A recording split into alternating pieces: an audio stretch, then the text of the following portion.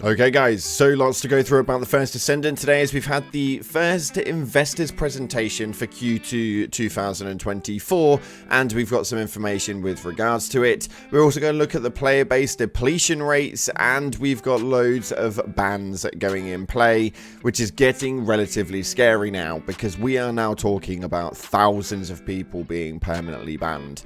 This is absolutely insane, but we're going to dive on into it today. If you haven't already, smash that beautiful blue thumbs up and subscribe with post notifications turned on. It'd be greatly appreciated.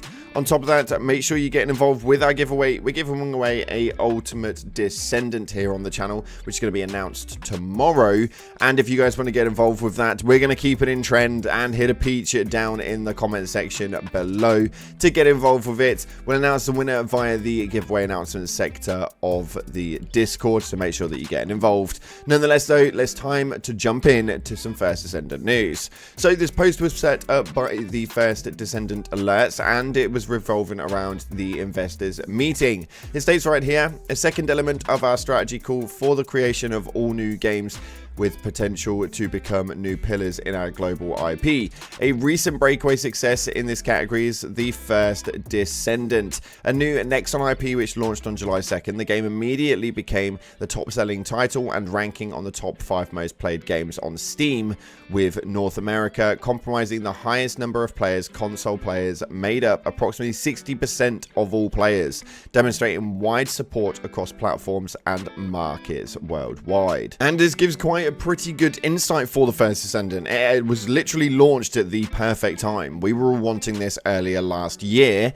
and now we've got a decent situation for a new looter shooter to come into the ranks, with Destiny now announcing its breakaway from the genre with regards to Destiny and Destiny 2, never having a Destiny 3 with no more upstanding updates. It seems that the first Descendant can now take a slot in the category for good, but how exactly is this going to last out? At the moment, what we are seeing is a depletion rate going down at a pretty rapid number. Whether this is down to people getting bored of the end game loop or people actually getting banned is yet to be seen. As of right now, the Steam charts state that the players playing right now are around 60-odd thousand, with nearly 80,000 being at the 24-hour peak, which is since August 4th, which was, yes, only a week ago, we have dropped down by about 35,000 people. This is a lot of people to take in toll. Now, the main reason for that is going to be pretty damn obvious at this point. The end game loop is a monotonous slog, to say the least, having to take characters and reset them numerous times, playing it through to the very end, and resetting as many characters for as many movements as possible to get those mod slots recognized. This is going to be a very, very difficult run through. This is not like the way that Destiny is formatted, or to be fair, the way a lot of looter shooters are formatted. There's not really any end game content in form of big bosses. Now, yes, you can argue that the intercept battles are them bosses, but it is just not as enjoyable. At least with other games such as Destiny and stuff, the area formats were different, the way that it was operated was different, and you actively knew what you were doing after a while. There was enough of a player base to figure it out, and it go pretty viral as to what the mechanics were pretty quickly. Unfortunately, with this game, it's not exactly the same. Frostwalker and Gluttony and all sorts to go to boot are becoming a little bit monotonous on a basis of people not knowing the mechanics, because the game isn't popular enough and the widespread isn't there. What this does mean is that the Frostwalker is now being infected with a change that is making it a lot easier to actually complete. Now, this is obviously going to lead to some future issues, and the main reason for that one is quite damn obvious. Hopefully, we manage to get some endgame content that's going to be relatively enjoyable, with some different scenery and something that we can actually function rather than void reactions. This is going to be a bit of a slog, but hopefully the first Descendant managed to pick this one up. They seem to have listened to everything we've said so far, so just make sure that you keep in toll with this one. Moving forward though, we have a lot to go through. This is the International Cat Day, which was posted up just a couple of days ago now, and yes, this is not in the game. game. It's a little bit confusing. We've had no input on this, and this is not obviously obtainable as of right now. Maybe this will hit the store in future points or even be an event purchase. We have no idea, but as of right now, nothing to know about this backpack. But what we do know is that players are dropping like flies. Another ban wave came through just yesterday, and this is accumulating up to 600 players permanently banned. All permanently banned. It's absolutely crazy. There are a lot of Chinese, Japanese accounts, stuff like that in there. A lot of them, and we know full well that the main usage for that is the mods that were actually put in play that was from a Chinese or Japanese source. Now, this is going to lead to quite a big one because these guys do not mess around when it comes to ban waving and letting us know that they're ban waving. So yeah, just be careful what you're doing in the game, for God's sake. You don't want to hit that ban wave. The ban hammer is not too kind. One thing that is really, really kind though is finally people have started making third-party websites. This one right here is amazing. It's called TFDFarm.com, and they've created a site with information on farming every Descendant and the craftable weapons. You can also add items to the wish list, and it will suggest which materials to farm. Now, don't get me twisted, the game itself does have its own usage inside of it, and you can find everything you need through that, but this is just so convenient. You can literally scroll through, click a weapon that you want, and it will give you your pieces.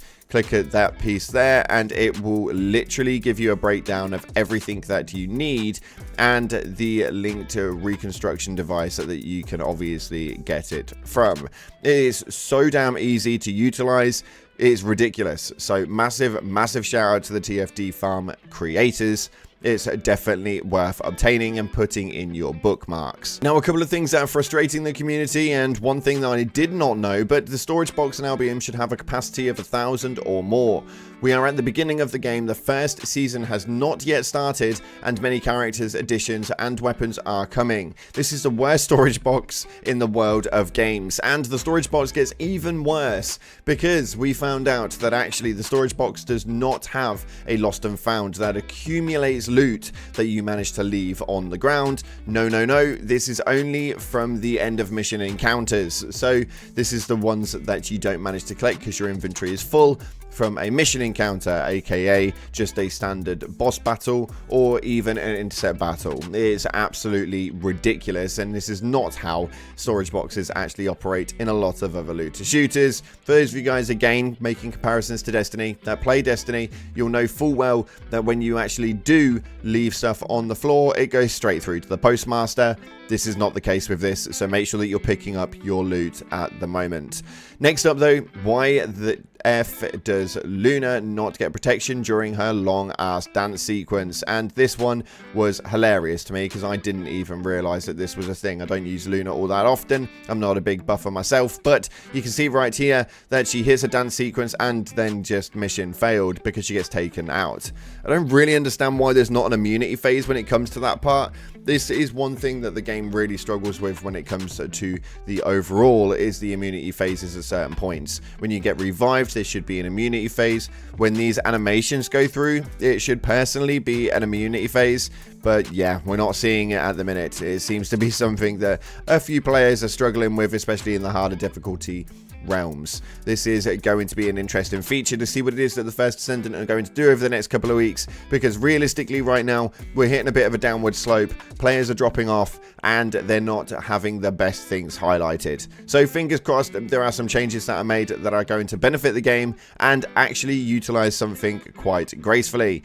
On top of that, we had a message come through from a friend called Bizkit. He's been a subscriber for the channel for quite some time now, and he actually messaged me the other day with regards to the latest update. Now, obviously, we know that there is going to be a change in modules and the way that they respec that you can properly utilize, but he gave a statement to me that actually hit home more than most. He states, hey, now it's being said that what's happening is that we can alter each loadout for the Descendant, but still have to spend all the catalysts and re-level each time time. Like, WTF, that's not what we were saying at all. And yes, we can hear you. We all know full well that that is definitely not what we wanted for that. The catalysts are a bit of a nightmare, and the respecs on this is just going to be an absolute ball ache, because a lot of you guys are now starting to drop off on the basis that you don't want to grind a character to that degree.